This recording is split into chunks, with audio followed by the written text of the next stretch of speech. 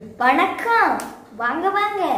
இன்னைக்கு காரைக்குடி சித்து சமையல்ல கேரட்டை வச்சு ஒரு ஸ்வீட் செய்ய போறாங்க. அதுக்கு முன்னாடி அந்த கேரட் சாப்பிட்றதுனால என்னென்ன நன்மைகள்னு தெரிஞ்சுக்கலாமா? கேரட்ல இருக்க டைட்லி ஃபைபர், ஆன்டி ஆக்சிடென்ட், இது நம்ம ஹார்ட்டை பாதுகாப்பாக வச்சுக்க உதவுது. விட்டமின் ஏ நம்ம ஸ்கின்னை க்ளோவாக வச்சுக்க உதவுது. கேரட்ல இருக்க லியூட்டின், பீட்டா கேரோட்டின் நம்ம கண் பார்வையை மேம்படுத்தும். பொட்டாசியம் நம்ம பிபியை கண்ட்ரோலாக வச்சுக்க உதவும். கேரட்டை நம்ம வேக வச்சு சாப்பிட்றத விட பச்சையாக சாப்பிட்டா ரொம்ப நல்லது. கேரட்டை நம்ம பச்சையாக சாப்பிட்றதுனால ஹீமோகுளோபினை அதிகரிக்கும், ரத்தத்தை சுத்தப்படுத்தும், அல்சரை குணமாக்கும், உடல்ல குளிர்ச்சியை ஏற்படுத்தும், பல் பிரச்சனையை தீர்க்கும். இந்த வீடியோவை ஸ்கிப் பண்ணாம பாருங்க. வீடியோக்குள்ள பார்த்துக்கு முன்னாடி நம்ம சேனலை லைக் பண்ணுங்க, ஷேர் பண்ணுங்க, மறக்காம சப்ஸ்கிரைப் பண்ணுங்க. பக்கத்துல இருக்க பெல் ஐகான் பட்டனை டிங் அண்ட் கிளிக் பண்ணுங்க. தேங்க்யூ.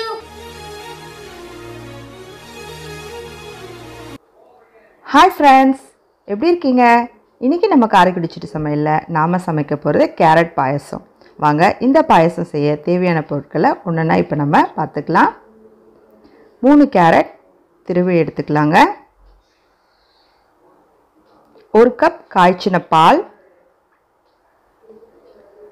நம்ம எந்த பவுலில் கேரட் எடுத்துக்கணுமோ அதே பவுல் 3/4 அளவு சர்க்கரை எடுத்துக்கலாம்.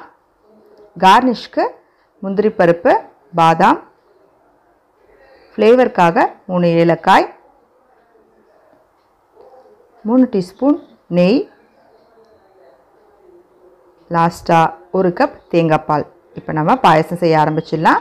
அதுக்கு ஒரு கடாயில் 2 ஸ்பூன் நெய் ஆட் பண்ணிவிட்டு நம்ம கார்னிஷ்காக வச்சுருக்க முந்திரி பருப்பும் பாதாமும் லைட்டாக தட்டிட்டு நம்ம அதில் பொன்னிறமாக வறுத்து எடுத்துக்கலாம்.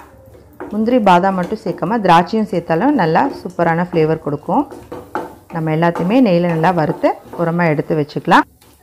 நம்ம சேர்த்துருக்க முந்திரி பருப்பும் பாதாமும் நல்லா வாசனையோடு வறுத்து வந்துச்சு. அதை சைடில் எடுத்து வச்சுட்டு இப்போ அதே கடாயில் மீதம் இருக்க நெய்யை ஆட் பண்ணிவிட்டு நாம் எடுத்து வச்சுருக்க கேரட்டை அதில் போட்டு நல்லா நெய்யில் வறுத்து எடுத்துக்கலாங்க. கேரட்டை நம்ம தூவிட்டு நல்லா நெய்யில் நல்லா வறுத்து எடுத்து அதை வேக வச்சுக்கணும். அப்போ தான் நம்மளுக்கு டேஸ்ட் நல்லாயிருக்கும். நம்ம கேரட்டை அதில் இருக்க நீர்ச்சத்து நெய்யும் சேர்ந்து கேரட் நல்லா வெந்து வரணும். பாருங்கள், இந்த கலருக்கு நல்லா வெந்து வந்திருக்கணும்.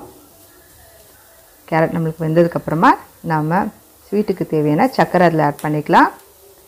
சர்க்கரை ஆட் பண்ணிவிட்டு கேரட்டும் சர்க்கரையும் நல்லா பிளெண்டர் அளவுக்கு நல்லா வதக்கி எடுத்துக்கலாம். அப்போ தான் அந்த சர்க்கரை நீர் விட்டு கேரட்டோடு சேர்ந்து நம்மளுக்கு பாகு பதத்துக்கு வந்துடும். பாருங்கள், அந்த சர்க்கரையும் கேரட்டும் சேர்ந்து லிக்விட் கன்சிஸ்டன்சிக்கு வந்ததுக்கப்புறமா நம்ம எடுத்து வச்சுருக்க 1 கப் பால் அதில் சேர்த்துக்கலாம். பால் நம்ம சேர்த்ததுக்கப்புறமா அடுப்பை சிம்மில் வச்சிடணும். சிம்மில் வச்சு நாம் நல்லா கிளறி விடணும். சிம்மில் வச்சு அந்த பால் நம்ம கொதித்து வர அளவுக்கு நம்ம கிளறி விட்டுட்டே இருக்கணும். ஹை ஃப்ளேமில் வச்சுட்டோன்னா பால் திரிஞ்சிரும். அதனால் நம்ம சிம்மில் வச்சு கொதிக்க விட்டு அந்த லிக்விடோட கேரட்டு எல்லாம் சேர்ந்து நல்லா கெட்டியாகிற வரைக்கும் நம்ம கிளறி விட்டுட்டே இருக்கணுங்க. அப்போ தான் உங்களுக்கு பாயசம் டேஸ்ட் கொடுக்கும். நம்ம பொறுமையாக அந்த கேரட்டை அதோடு சேர்த்து வேகிற அளவுக்கு நம்ம கிளறி விட்டுட்டே இருக்கணும். நம்ம கேரட்டை பொரியல், சாம்பார் இந்த மாதிரி தான் செஞ்சுருப்போம். பாயசமாக செஞ்சால் இன்னும் ரொம்ப சூப்பரான ஃப்ளேவர் கொடுக்குங்க. ரொம்ப வித்தியாசமாகவும் இருக்கும் டேஸ்ட்டு. கேரட் நம்ம உடம்புக்கு ரொம்ப நல்லதுங்க. இது எல்லா விதமான கேன்சருக்கும் நல்ல மருந்தாக இருக்கும்னு சொல்லியிருக்காங்க. அதனால் கேரட் நம்ம அடிக்கடி சேர்த்துக்கிறது நம்ம உடம்புக்கு ரொம்ப நல்லது. இப்போ பாருங்கள், நம்ம பால், கேரட்டு எல்லாமே சேர்ந்து நம்மளுக்கு அட்டகாசமான கலர் கொடுத்துருக்குங்க. அது கெட்டியாக இருப்பதை வர வரைக்கும் நம்ம கிளறி விட்டுட்டே இருக்கணும். பாருங்கள், நல்லா இந்த ஸ்டேஜ் வந்ததுக்கப்புறமா நம்ம எடுத்து வச்சுருக்க ஏலக்காயை தட்டி அதில் சேர்த்துக்கலாம். அதையும் சேர்த்துட்டு லைட்டாக நம்ம ஃப்ளேவர் வர வரைக்கும் ஒரு 2 நிமிஷம் நம்ம சிம்மில் கொதிக்க விடலாம். பாருங்கள், எல்லாமே நல்லா சேர்ந்து கொதித்து கெட்டியான பதத்துக்கு வந்துருச்சு. இப்போ நம்ம இந்த பாயசம் செய்ய கொஞ்சம் டைம் எடுக்குங்க. ஆனால் டேஸ்ட்டு ரொம்ப சூப்பராக இருக்குங்க. அதனால் நம்ம கொஞ்சம் பொறுமையாக தான் இந்த பாயசம் செய்யணும். நம்ம அது கெட்டியாகிற பதத்துக்கு சிம்மில் வச்சு நம்ம கொதிக்க விடணும். கொதிக்க விட்டதுக்கப்புறமா அடுப்பை ஆஃப் பண்ணிவிட்டு நம்ம எடுத்து வச்சுருக்க தேங்காய் பால் அதில் ஆட் பண்ணிக்கலாங்க. நம்ம அடுப்பு ஆஃப் பண்ணிட்டு தாங்க தேங்காய் பால் சேர்க்கணும். கொதிச்சுட்டு இருக்கப்போ தேங்காய் பால் சேர்ந்தால் பால் தெரிஞ்சிடும். அதுக்கப்புறமா நம்ம கார்னிஷ்க்கு வச்சுருக்க முந்திரி பருப்பும் பாதாமையும் சேர்த்து லைட்டாக நம்ம கலக்கி விட்டால் போதுங்க. நம்மளுக்கு சூப்பரான கேரட் பாயசம் அட்டகாசமான கலர்லையும் ஃப்ளேவர்லையும் டேஸ்ட்லேயும் ரெடி ஆகிடுச்சு. பார்க்குறதுக்கு எவ்வளோ கலர்ஃபுல்லாக இருக்குது பாருங்கள். டேஸ்ட்டும் ரொம்ப சூப்பராக இருக்குங்க. இதை நம்ம சூடாகவும் சாப்பிட்லாம், ஃப்ரிட்ஜில் வச்சும் நம்ம சர்வ் பண்ணலாங்க. எல்லாமே சூப்பராக இருக்கும்.